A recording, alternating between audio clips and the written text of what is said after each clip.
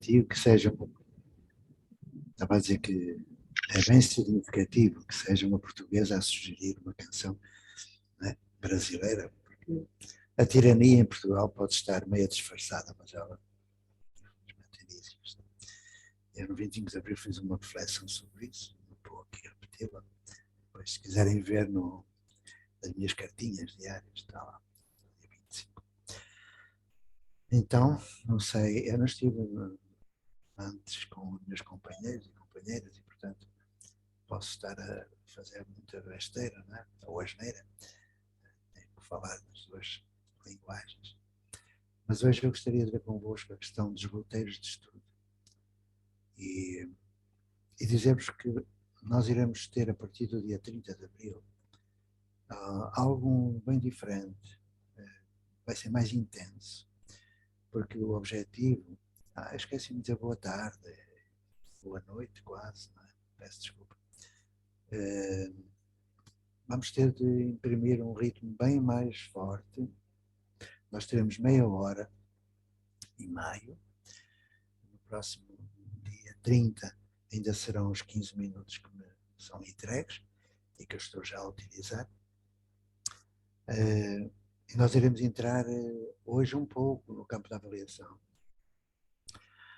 Mas chamo a atenção para a necessidade de olhar para o plano de inovação que vós tendes e ver quais são as tarefas que têm de ser desenvolvidas até meados de junho.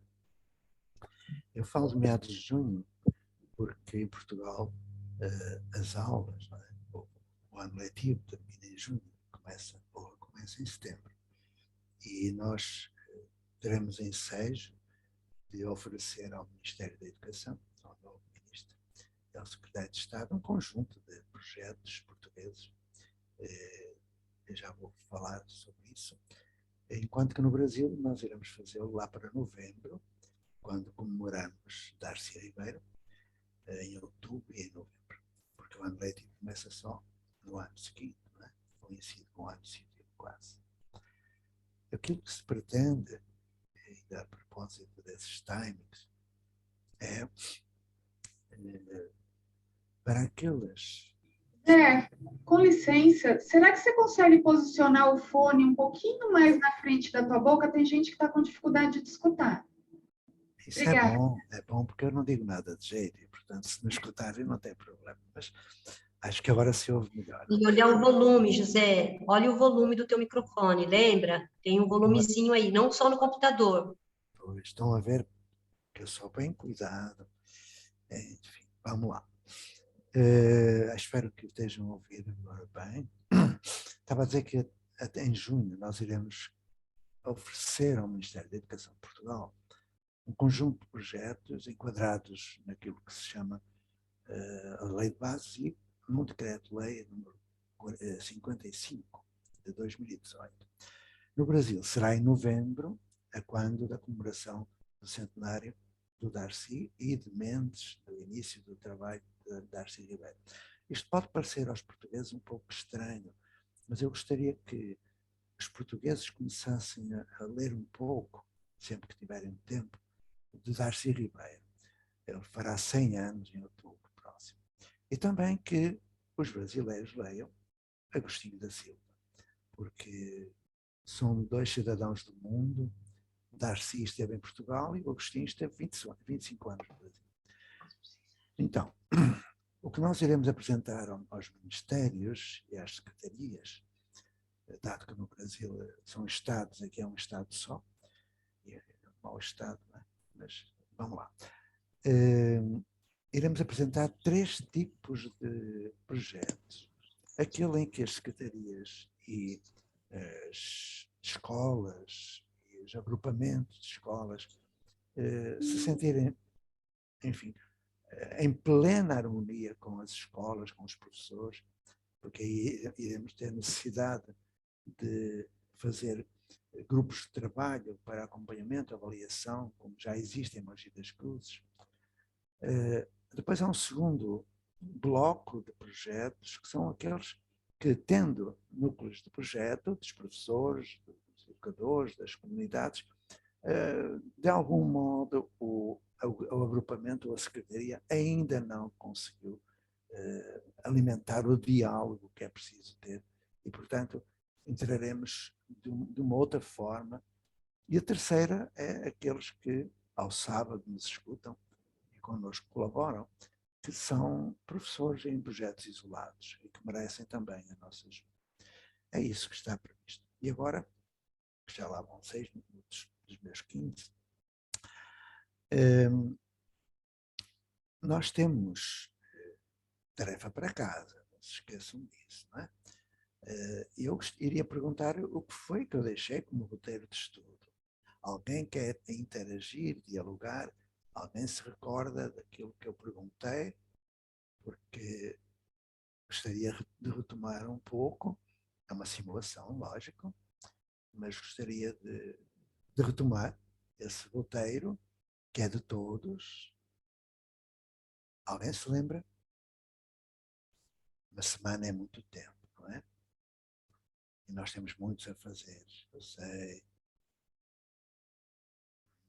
Eu lembro de uma pergunta. Está ali a Cristina, é sempre voluntariosa, a mãozinha amarela. Vamos lá, Cristina. Mas o que eu falar com a Cristina, falo com todos. Não se esqueçam disso, não é só a Cristina. Eu acabei de ligar o negócio aqui. Beleza, pronto. Olá, Lisa Neide, bem-vinda. Mas a Cristina parece que quer falar, não é? Tens que ligar o microfone, Cristina. Senão não se escuta. Vir agora? Agora se ouve. Bem, vamos lá. Ok. Como eu já falei, posso também dar lugar a quem ainda não falou. Mas, pelos vistos, ninguém levantou a mãozinha amarela. Não sei se alguém quer. Márcia. Ok. Parece que a Márcia quer. Não quer. Vamos lá, Cristina. Senão o tempo vai embora. Portanto, a semana passada ficou estipulado nós, no roteiro de estudo, ler o programa atual do governo. Depois também ficámos de estudar teorias sobre a motivação e teorias explicativas sobre o insucesso escolar. Ficámos de ver os 3 grandes paradigmas da instituição, de aprendizagem e comunicação, e fazer e começar a delinear as tarefas para o plano de inovação, com timings. Isto é que é uma aluna, uma tutoranda a sério. Olha, Cristina, por que é que eu recomendo a leitura dessas coisas? É porque tudo aquilo que nós fazemos, toda a prática, tem teoria. E nós precisamos... Calma, peraí. Calma, Sara. Nós precisamos... Peraí. Sara, podes desligar o microfone? Obrigado. Nós precisamos de ter um suporte científico naquilo que fazemos. Porque há 2 fenómenos que me preocupam, que é o teoricismo, ou seja, aqueles que teorizam teorias, teorizações, e os praticistas, que fazem as coisas de uma forma que muitas vezes dá em desastre. Então, é muito importante que nós estejamos por dentro da lei que tu fizeste, não é? O estudo do plano do programa do governo, a lei de bases, tudo isso, mas também que estudemos. E já agora vou fazer uma pergunta, Cristina. Quando tu estudaste agora, durante esta semana, as teorias explicativas do insucesso, quais foram aquelas que encontraste? Magda, desliga o microfone. Obrigado. Lembras-te, Cristina, lembras-te de alguma teoria? Eu não, essa por acaso não estudei, mas pensei um pouco sobre o que é que poderá acontecer, porque é que existe o insucesso escolar, não é? Tenho alguns casos de família e tenho também colegas da minha filha que estão prestes a chumbar, entre aspas, e pensei o porquê, não é? E cheguei à conclusão, uma das conclusões é: o sistema tradicional não é para todos e quando um jovem não se adequa, depois começa a perder a autoestima, começa-se a pôr de lado, os outros colegas começam a olhar para ele como o burro, como aquele que chumba, e a criança acaba por se isolar, porque de facto esta educação tradicional não é para toda a gente, e principalmente para as crianças que são mais artistas, mais sensíveis, e pronto, foi a minha reflexão. Confesso que ainda não estudei, há muita coisa ainda entre o trabalho, mas pensei nisso e foi essa conclusão a que cheguei. Cristina, tu estás num momento em que, quando eu dialogava com os meus doutorandos, eles procuravam uma explicação como aquela que tu deste agora, que é uma explicação de bom senso, não é? Que já não é o achismo, uma explicação de bom senso. Mas, para tu apresentares, agora falando um pouquinho da questão da avaliação, para tu apresentares prova de que isso é a resposta, tu terás, quando digo para a Cristina, estou a dizer para toda a gente, para todo mundo, tu terás de criar aquilo que se chama uma evidência de aprendizagem. Essa evidência tem que ter um fundo teórico, um fundo científico, não é? E eu vou deixar umas pistas para voltarmos a esse assunto e vou depois dizer como é que se constrói essa evidência de aprendizagem. Nós vamos ter que entrar na avaliação. Há três grandes correntes explicativas do insucesso escolar. Tu falaste de uma delas, indiretamente. A teoria dos dotes é a primeira grande área da explicação, teoria dos dotes. Há a teoria de origem socioeconómica e cultural, e aquela que tu mais falaste agora de uma forma intuitiva, que é a área das teorias socio-institucionais. Se vós fores à internet, um livro, vocês encontrar essas explicações. Porque quando se diz o aluno não aprende porque ele é deficiente ou porque ele não lê, lá em casa não tem livros, a família é pobre, tudo isso são explicações que não levam a lado algum, são explicações de senso comum. Então, tu falaste segundo o bom senso, mas para se mostrar que se aprendeu, é necessário pegar no bom senso, juntar o quanto baste de ciência, por isso é que eu estou aqui a dar já indicações, e depois fazer essa síntese aplicada à tua prática, quer como professora, quer como mãe, membro de comunidade. Que tu saibas, Cristina, e volto a dizer que estou a falar para todas as Cristinas que estão aqui, que tu saibas, Cristina, quando te perguntarem, mas porquê é que você não dá aula? Mas porquê é que você faz roteiros de estudo? E tu sabes, não é? Esse modelo instrucionista é evidente que é o grande responsável, mas não é só isso. Não é só isso. Então é isso, faltam-me 1 minuto e meio, eu estou aqui tentando abreviar. No próximo dia 30 eu vou abordar novamente isto que nós agora conversamos, estas questões, e que eu gostaria que no Brasil, agora para os colegas do Brasil, fossem estudar, sobretudo, não só a Lei de Diretrizes e Bases, porque ela está aí, mas sobretudo o Estatuto da Criança e Adolescente. É uma lei de referência e que todos nós, portugueses e brasileiros, fôssemos ler a Declaração de Salamanca. Declaração de Salamanca. A mim me compete dar pistas. Declaração de Salamanca. E no próximo dia nós vamos voltar aos roteiros, mas eu vou pedir no próximo dia que alguém, para além da Cristina, me apresente uma evidência de aprendizagem. A evidência de aprendizagem é a transformação da informação em conhecimento, produção do currículo, e do conhecimento, uma aplicação. Eu irei explicar isso muito bem, mas gostaria que lessem alguma coisa sobre portfólio. É muita coisa, não é? Já estou a exagerar, mas pronto. Se tiverem um tempinho, portfólio de avaliação. Porque é disso que nós vamos conversar nos próximos dias, nas próximas quartas-feiras. Eu falei dia 30 porque é o sábado e vou fazer o mesmo nos encontros de sábado. No primeiro encontro de maio será meia hora, já não será 15 minutos, então eu terei muito mais tempo para. Tá bom? E agora vou ficar aqui no chat, escutando as vozes autorizadas, muito mais sábias do que eu, que estão aqui da equipe de coordenação. Nós temos uma equipe, não? e eu vou reservar, agradecendo a paciência que tiveram em estar a me escutar, e agora fazei todas as perguntas, tirei todas as dúvidas com esta gente boa que aí está. Tá bom? Obrigado. Obrigada, Zé. Obrigada, Cristina. Obrigado. Antônio, a gente ficou de dialogar aí, o Antônio vai trazer para a gente umas palavrinhas.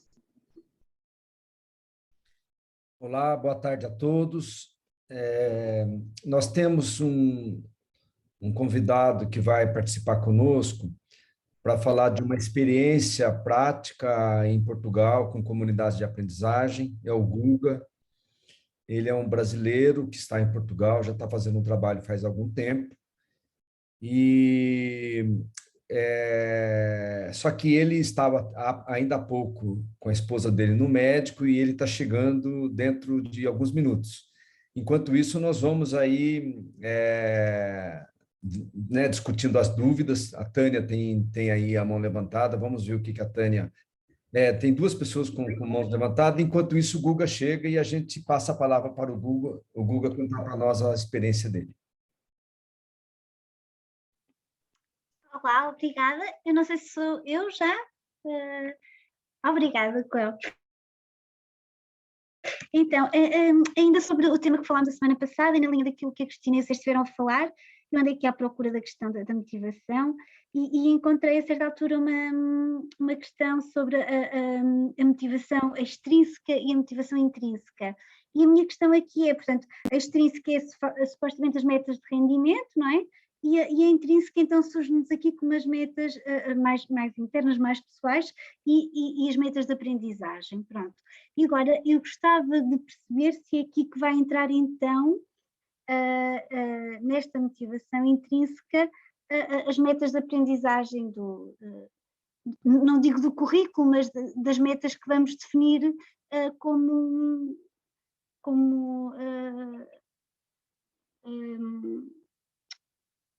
não sei, agora está-me a fugir, não estou a encontrar o termo, mas caindo o currículo, não é? Caindo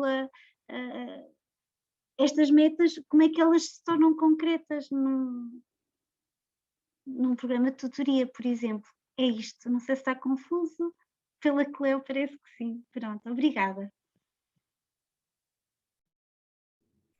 Quer que eu fale? Eu tenho uma imagem, eu só não sei se eu vou conseguir compartilhar essa imagem, que é uma imagem que a gente fez para demonstrar como é que a gente cumpre o currículo, né? Porque muitas pessoas perguntam como que a gente cumpre o currículo. Você lembra, Cléo, dessa imagem? Eu fiz um gráfico. Eu vou fazer assim, Tânia, eu vou pedir para Cléo fazer a pergunta dela, enquanto isso, porque ele está num programa na nuvem, então eu vou baixar essa imagem, vou passar para a Zizi e vou pedir para a Zizi compartilhar na tela, tá bom? E aí eu volto e te respondo como que a gente cumpre o currículo. Acho que eu entendi a sua pergunta, né? Eu tive um pouquinho de dificuldade, eu quase pedi para você falar um pouquinho mais devagar, para ter misericórdia dos brasileiros. Mas acho que eu entendi. É o cumprimento do currículo obrigatório que você quer entender como é que funciona em tutoria. Tá bom. Eu vou pegar a imagem e já volto. Obrigada. Tá? Bom, eu vou fazer assim, enquanto a Tina procura, eu vou complementar, Tânia. Isso foi uma invenção, né? O Zé fala melhor que eu sobre isso, né? Ele até colocou aqui no chat, uma invenção diabólica, né? Mas vamos lá. Para Francisca. O quê? Alguém falou alguma coisa da Francisca, não sei quem é a Francisca. Mas vamos lá, Francisca, então fecha o teu microfone aí para nos ajudar. É possível, né? Só que vamos colocar uma coisa importante, né? A partir da tutoria, a gente vai, e eu posso dizer para você com toda segurança, que vai ultrapassar esses currículos obrigatórios, porque ultrapassa. Né? Se a gente pensar nas várias experiências do âncora, nas várias experiências da própria escola aberta, das várias experiências da própria Ponte, das diversas experiências que o José tem apresentado e que muitos amigos, às vezes, já conseguem compartilhar conosco, e vocês vão passar por esse processo. Por isso que hoje, quando o José começou, ele já veio com o quê? Ele já veio falar, e o roteiro de estudo? O que vocês estão fazendo é um roteiro de estudo aqui, é uma simulação do que vai acontecer na prática cotidiana do mundo do trabalho vivo, do mundo da educação vivo em ato, né? Então, quando a gente vai trazendo isso, a gente vai trazendo também a importância dessa desconstrução de consumo de currículo, porque nós não estamos aqui, os nossos educandos, e nós mesmos, quanto educadores e educando, eu sou uma educadora e sou uma educando, porque eu faço doutoramento, aliás, faço 2 doutoramentos, então, assim, é consumir currículo, né? E quando você fala isso, você traz uma pauta interessante. Vamos pensar que lá no meu currículo, falaram para mim que eu não vou poder fazer uma coisa antes da outra, porque o currículo diz... e está lá escrito que eu não posso fazer. Eu fui lá na lei e mandei para a universidade falando, eu posso. Posso sim. Claro que eu posso fazer isso antes, né? Porque na lei de diretrizes e bases fala que eu posso, né? Porque quem estabelece esse tempo é esse povo diabólico, como diz o professor Zé, e a gente fica preso a isso. Não, Tânia, isso é uma pergunta que toda a gente faz, ok? Como é que... às vezes a gente começa a fazer o projeto, né? Tina também passa por isso. Quem está aqui nos agrupamentos, nas secretarias e nas escolas, fala, e como é que a gente vai cumprir o currículo? E se eu falar para vocês também que a gente vai cumprir mais do que o currículo? E aí, como é que fica? Eu vou transferir essa pergunta para vocês. Por isso que é muito rico a gente fazer no nosso roteiro de estudo, já é uma questão para pesquisar, né? Quando a gente traz, quando o José fala, por que eu tenho fracasso escolar?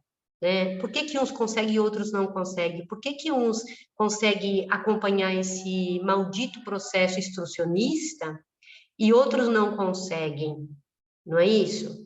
Então, o que nos diz sobre isso? A gente precisa mesmo ir lá e pesquisar um pouco sobre isso, porque a gente vai tendo dimensões no nosso roteiro de estudo, e que hoje foi muito bom, né, o José fazer essa prática e já trazer para vocês que o que vocês estão fazendo agora, a tutoria, é o roteiro de estudo de vocês. E ele vai perguntar, e ele já deu uma nova demanda, né? Como um tutor, ele já falou, olha, a gente tem que avançar mais para isso, né? Então, é muito importante que vocês pratiquem isso, porque essa prática é a prática que vocês vão fazer no cotidiano do trabalho educacional de vocês, no mundo da educação viva, da educação em ato, é isso que vai acontecer, ok? Consegui passar. Lá, então, a Tina tem umas imagens boas aí. Tina. Só deixando registrado, o Guga já entrou, eu já vi. Tina, desculpe, talvez a gente pudesse deixar isso para depois. Desculpe, porque o Guga, eu quero aqui fazer uma meia-culpa, eu tinha combinado com o Guga hoje, mas eu esqueci de avisá-lo, esqueci de mandar o link. Então, ele estava em outro evento, estava no médico com a esposa, então ele está dentro do carro. Aí a gente fala, a gente deixa ele falar e depois a gente conclui com isso, se vocês permitirem. Porque daí ele chega na casa dele, tá bom? Ô, Guga, olha, muito obrigado por você se disponibilizar a falar conosco. A gente sabe da sua correria aí. Peço desculpas por não ter mandado o contato, o link, e muito grato mesmo. E o Guga vai falar para nós, ele está em Portugal, trabalhando. Rosiane, por favor, Rosiane. Estou tentando ver uma parte. Rosiane está com o microfone aberto. Isso aqui. Então, o Guga ele está em Portugal trabalhando com... Rosiane... Ele está em Portugal trabalhando com comunidades de aprendizagem, e eu pedi em nome do grupo, né, em nome do Zé, de todo o grupo e de todos nós, para ele falar um pouquinho sobre as potências e sobre as dificuldades com as comunidades, com os trabalhos com as comunidades de aprendizagem, as dificuldades burocráticas e legais. E o Guga, apesar de toda a correria dele, prontamente aceitou. Então, Guga, muito obrigado e a palavra é sua, viu? Muito obrigado mesmo. Obrigado, Antônio. Nada, não precisa, não tem do que se desculpar. Estou sempre aqui preparado aqui já com a internet no bolso e o computador para poder atender as correrias. Eu não sei exatamente o que vocês precisam. Posso compartilhar assim, seguindo essa introdução do Antônio. Eu sou brasileiro, como se vê pelo meu sotaque, mas estou aqui em Portugal já há 3 anos. O que eu tenho sentido aqui, né, de desafios para trabalhar com uma educação inovadora, trabalhar na lógica de comunidade de aprendizagem, é justamente esse apego às regulamentações, como o professor sempre diz, né?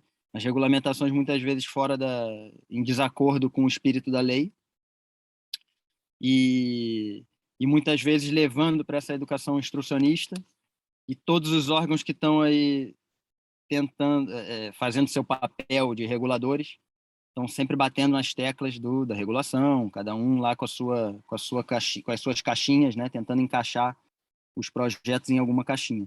Então, isso tem causado, principalmente onde a gente está numa cidade pequena, a gente está em Algesur,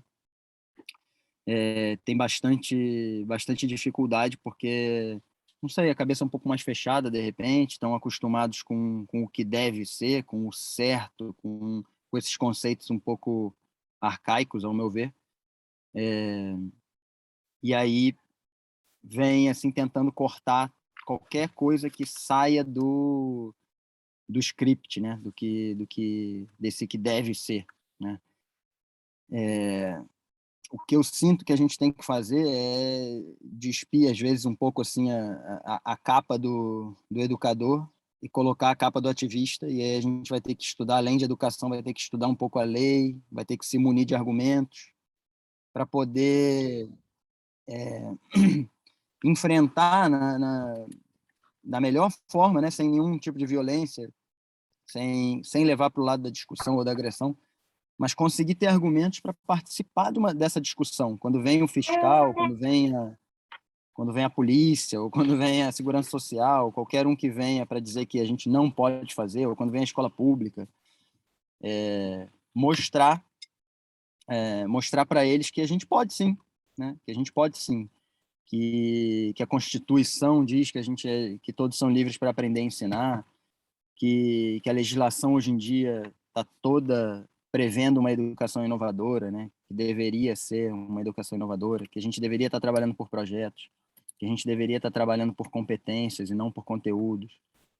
Então, ter esse discurso bem trabalhado, bem estudado, para a gente poder ter argumentos e poder falar. Eu acho que essa é a grande dificuldade, porque a gente já está, normalmente, implicado no dia a dia com as crianças, e já é muita coisa para o educador, e a gente tem que lidar com as demandas das famílias. O trabalho de inovação também passa muito por isso, né? Eu costumo dizer aqui que a gente está fazendo educação para a criança, para as famílias e para o sistema, né? A gente está educando crianças, famílias e sistema. Então, é complicado, porque normalmente o nosso foco, quando a gente começa algo assim, é com foco nas crianças, mas de repente a gente se vê rodeado de demandas e perguntas e questões das famílias, então a gente tem que lidar com isso também, atender isso.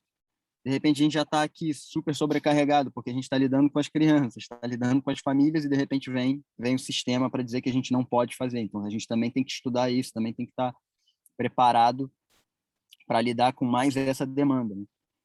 Eu acho que é uma jornada de bastante trabalho interno nosso, pessoal, para a gente conseguir passar por isso. Tem que ser uma coisa bem tem que vir de um lugar de paixão mesmo, porque senão a gente não aguenta, né? A gente acaba desistindo, e o que o professor Pacheco sempre diz, ele não está atrás não quer mais apoiar quem está aí para desistir. A gente tem que ir em quem vai perseverar e seguir esse caminho. Mas não é fácil, não é fácil. Não vou falar que é fácil, que eu estaria mentindo. É um trabalho bem desgastante, bastante entrega, bastante serviço.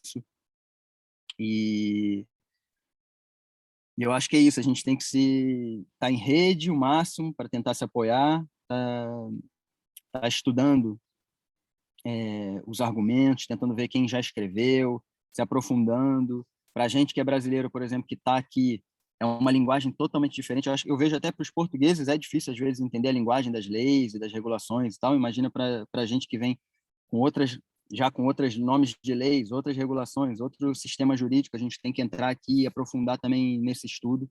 Eu tenho essa facilidade porque eu sou formado em direito também, então, para mim, a linguagem da legislação é um pouco mais fácil.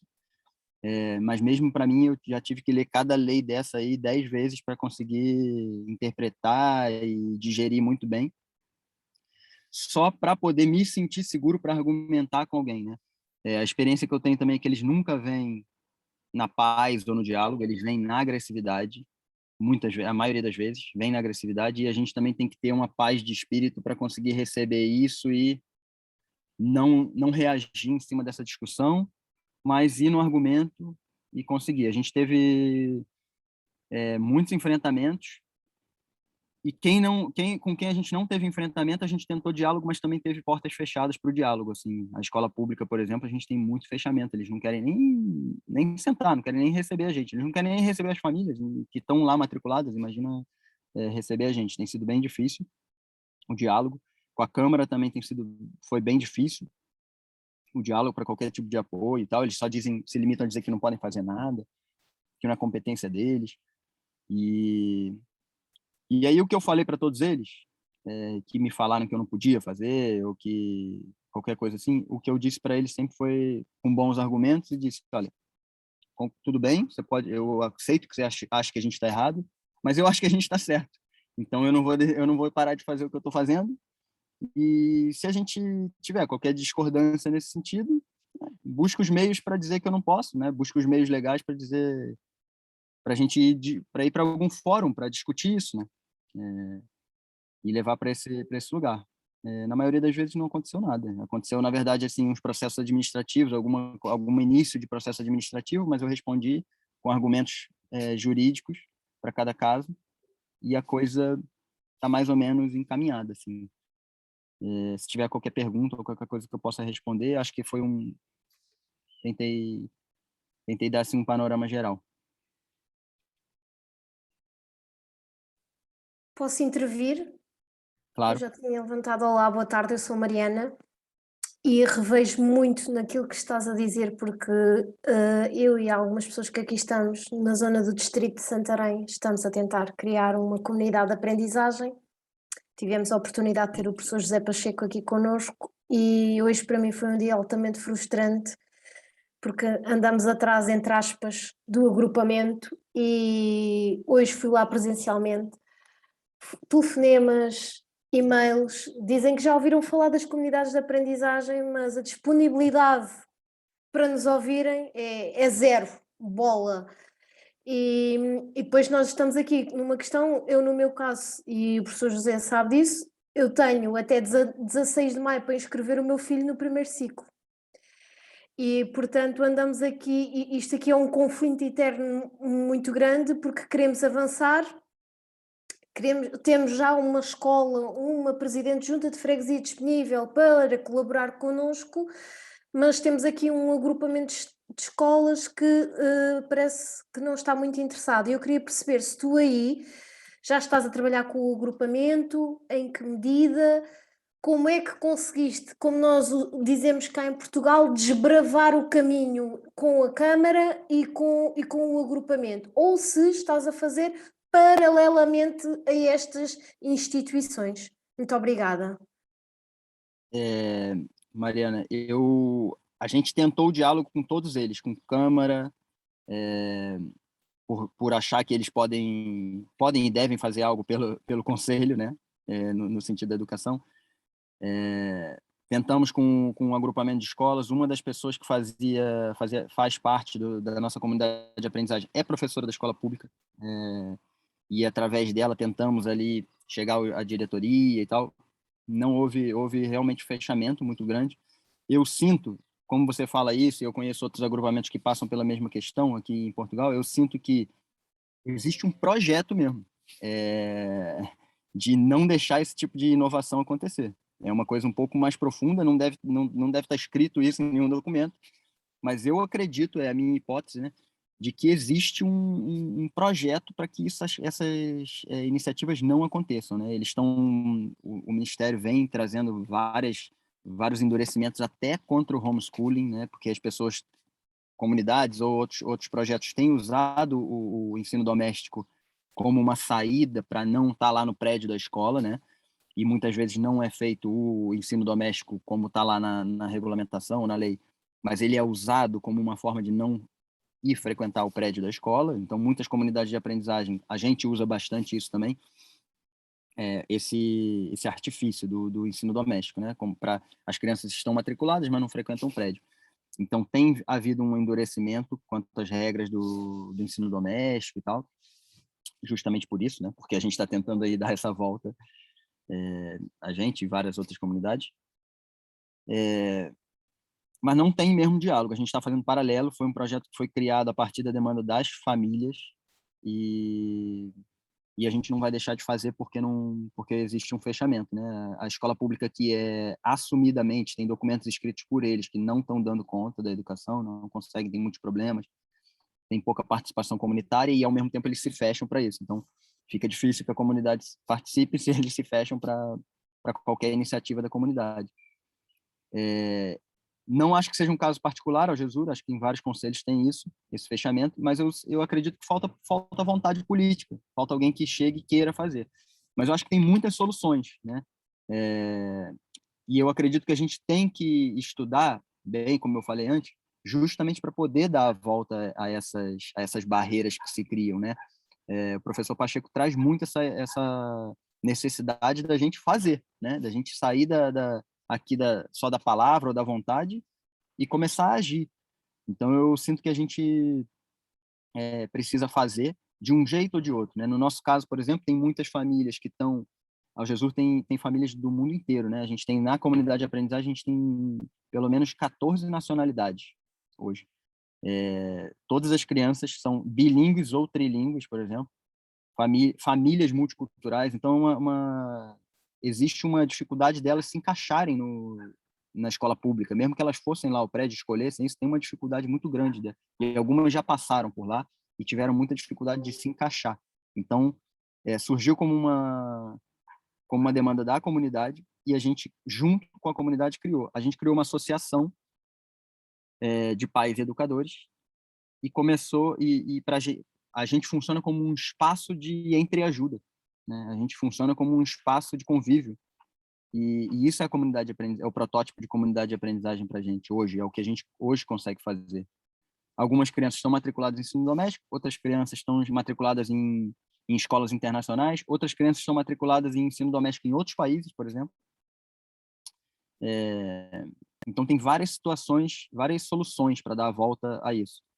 Mas a gente nunca deixa de tentar o contato. Então, por exemplo, agora eu já soube que tem um novo professor, tinha um novo professor mais aberto, que trabalhou 13 anos em África e veio para cá agora, para o agrupamento de El Jesus, como contratado, para passar pelo menos um ano. Então, eu fui e consegui o diálogo com ele, através de outras famílias que já conheciam ele, fomos conversar. E aí é uma forma de eu ir entrando, já que o diretor não me recebe, eu vou em quem está lá dentro que tenha abertura para fazer alguma coisa acontecer, entendeu? E assim a gente vai botando o pezinho lá dentro aos poucos. Ok, obrigada. Só uma coisa, nunca tiveste problemas com a CPCJ, traduzindo Comissão de Proteção de Crianças e Jovens? Já tiveste algum problema com eles?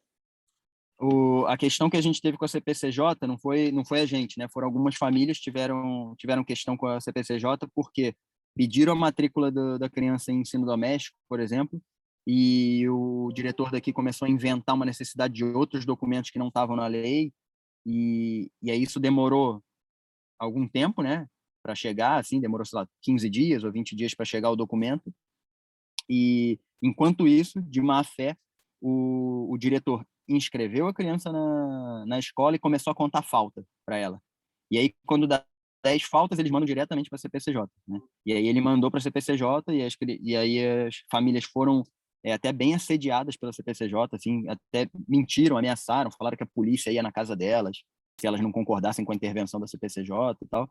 Mas é isso, eu intervi, falei para eles não assinarem nada e deixarem que, se qualquer coisa, eles levarem para o Ministério Público, mas aí, entretanto, com isso a gente ganhou um tempo, chegaram os documentos e acabaram os processos na CPCJ. A gente teve que ir levando os processos dessa forma, assim, tem que jogar o jogo, assim, né? Tem que fazer isso.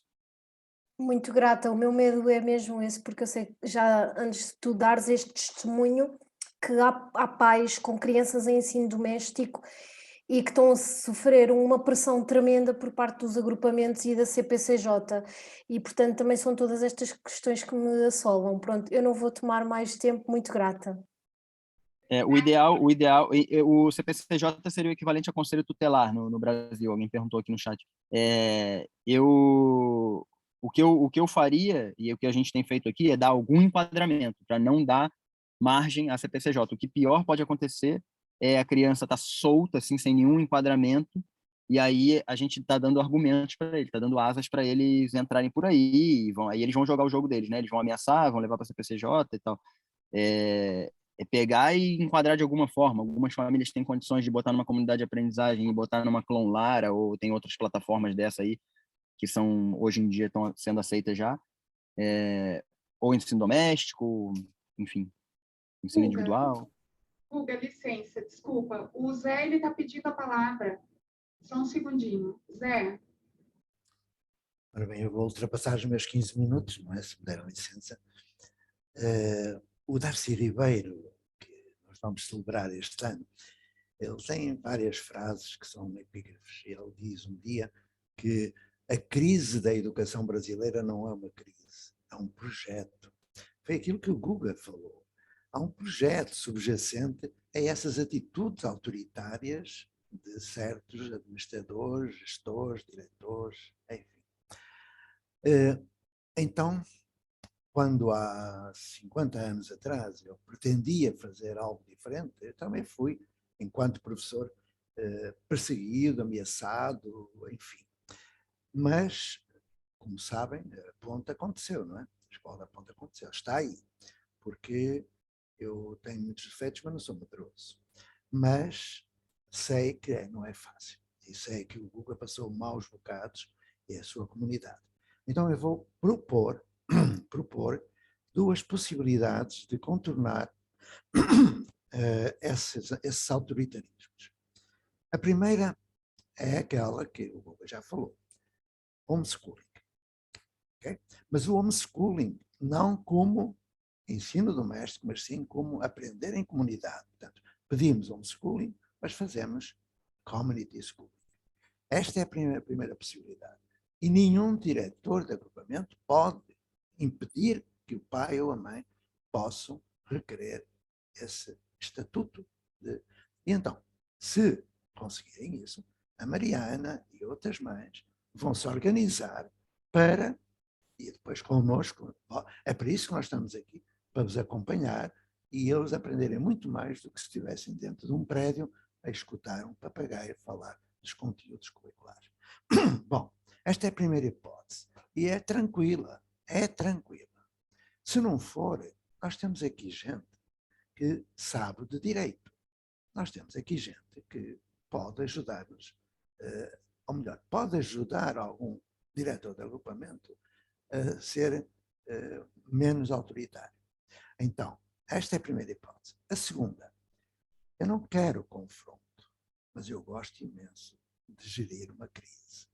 Sobretudo quando nós temos do nosso lado o direito e a ciência.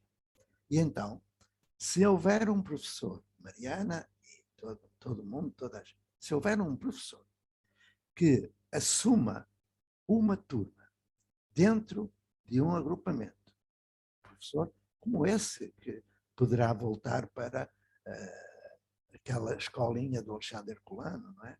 Lá perto de Santarém, ocupar aquele espaço e trabalhar ali. Ninguém pode obrigar um professor a ir para dentro de um prédio estabelecido. Ninguém. Eu sei que isto pode parecer estranho a algumas pessoas, mas eu sei o que eu digo, certo? E no Brasil já resolvi alguns assuntos dessa natureza. Quando eu digo eu já resolvi, não sou eu, sois vós que desejei. Mas, na minha qualidade, pronto, de cientista da educação, eu sei a base científica de tudo que está aqui a acontecer.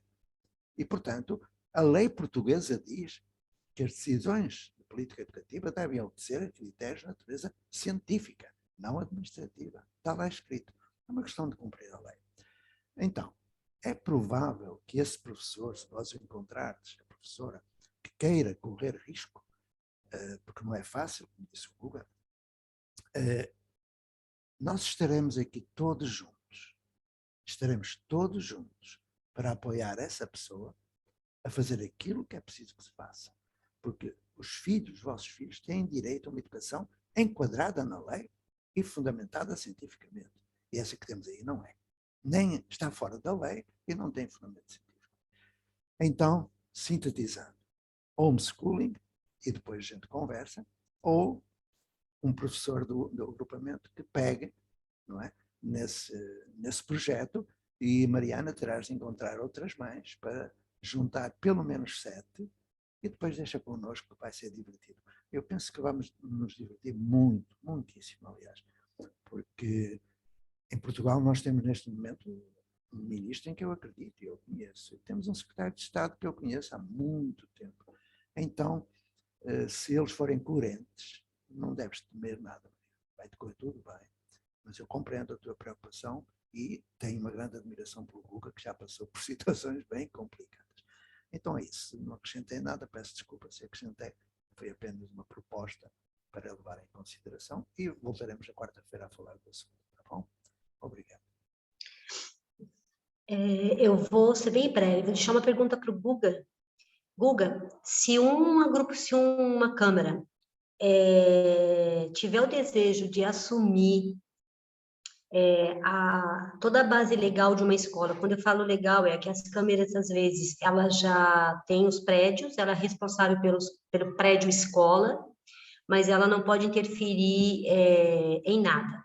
E quando há desejo de uma Câmara assumir isso, você leu alguma coisa na lei se há ou não alguma possibilidade?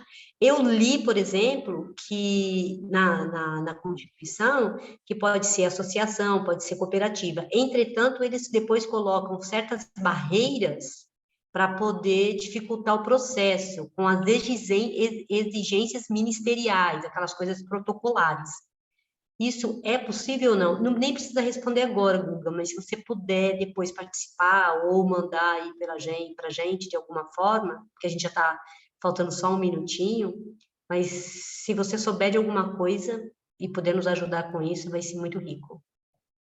Eu nunca me aprofundei muito nesse assunto, Cléo, mas até onde eu sei, a educação de Portugal pode ser, não sei se em todo, mas em parte pode ser municipalizada. E aí a Câmara teria mais formas de agir em cima da escola, né? Poderia ter mais apoios. Eu não sei se eles podem entrar dentro da diretoria e agir em cima da parte pedagógica, mas que podem fazer algo, podem fazer mais do que só deixar lá, podem. Alguma coisa, sim. Então tá bom, Guga. Eu vou te buscar no privado, porque eu tenho interesse em saber isso. Tá bom. Obrigada, Cléo. Guga, obrigada pela sua participação, sempre muito rica com os seus conhecimentos aí das leis de Portugal. Antônio, obrigada por ter entrado em contato com o Guga e ele ter feito esse esforço para estar com a gente um pouquinho.